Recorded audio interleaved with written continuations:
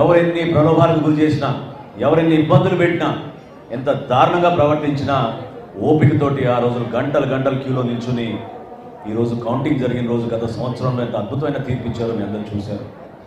మనందరం కూడా ఒక అంకిత భావంతో ఎప్పుడు కూడా కేవలం విమర్శించడానికి కోసం, రాజకీయ లబ్ధి కోసం కాదు మనం చేసే ఈ ప్రస్థానం చాలా కష్టమైన ప్రయాణం. చంద్రబాబు నాయుడు గారు ఈ వయసులో రాష్ట్రంలో ఉన్న ఆర్థిక ఇబ్బందుల్ని అధిగమిస్తూ అనేక సంక్షేమ కార్యక్రమాలు, అభివృద్ధి కార్యక్రమాలు చేసుకుంటూ వచ్చారు. ఇంత దూరం ప్రయాణం చేసినందుకు మమ్మల్ని అందరినీ ముందు నడిపిన మా అధ్యక్షుడు పవన్ కళ్యాణ్ గారు ఎంతో త్యాగం చేసి, కృషి చేసి కూటమి విజయం కోసం అహర్నిశలు కృషి చేశారు. మరోలేని రోజులు.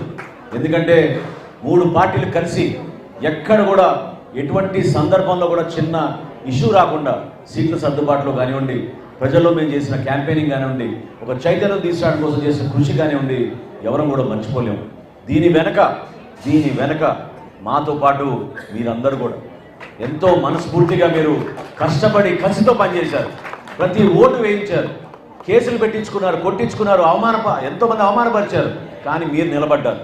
మీరు నిలబడిన స్ఫూర్తి ఖచ్చితంగా రాబోయే రోజుల్లో మన రాష్ట్రానికి, మన ప్రజలకి ఒక అంకిత భావంతో మరొకసారి ఈ కలయిక దేనికోసం, స్వార్థం కోసం కాదు, పదవుల కోసం కాదు, ఈ కలయిక కేవలం రాష్ట్ర భవిష్యత్తు కోసం, మన బిడ్డల కోసం, సంక్షేమం అభివృద్ధి రెండూ చేసి అద్భుతంగా మనం ముందుకు తీసుకెళ్దాం. దానికి మీరందరూ కూడా ఆశీర్వదిస్తారని, ఓపికగా చేసే ప్రతి కార్యక్రమంలో కూడా మీరందరూ భాగస్వాములు అవ్వాలని మనస్ఫూర్తిగా ప్రతి ఒక్కరిని కోరుకుంటూ చక్కటి కార్యక్రమం ఏర్పాటు చేసినందుకు వాసుకు, ఇక్కడ ఉన్న కార్యకర్తలందరికీ కూడా నేను ప్రత్యేకంగా ధన్యవాదాలు తెలుపుతున్నాను. ఎప్పుడు కూడా విజయవాడ రాజకీయం నిజంగా ఆంధ్రప్రదేశ్ రాజకీయాలకి ఒక ప్రముఖమైన పాత్ర ఈ గతంలో ఎంతో పోషించారు. ఆ చైతన్యం మళ్ళీ తీసుకురావాలి. ప్రతి ఒక్కరు కూడా పాల్గొనాలి, నిలబడండి.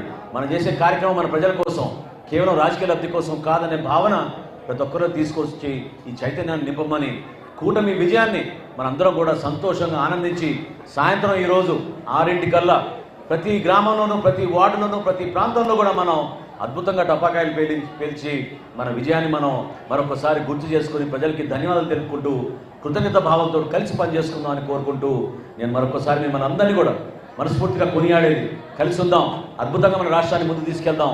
మన నాయకులు పవన్ కళ్యాణ్ గారి సారథ్యంలో పనిచేస్తున్న కార్యక్రమాల్ని నరేంద్ర మోడీ గారు, అదేవిధంగా చంద్రబాబు నాయుడు గారు తీసుకెళ్తున్న మన ప్రభుత్వాన్ని మనం ముందు తీసుకెళ్దాం అని కోరుకుంటూ సెలవు తీసుకుంటున్నాను. జై కూటమి, జై కూటమి. God bless you. I am sorry. Okay. Bye. I need better.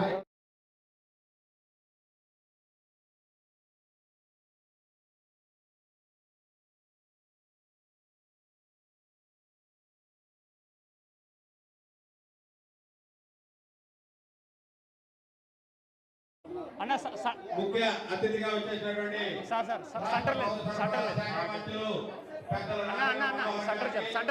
లేదు పార్లమెంట్ సభ్యులు శ్రీ కేసినేని శివనాథ్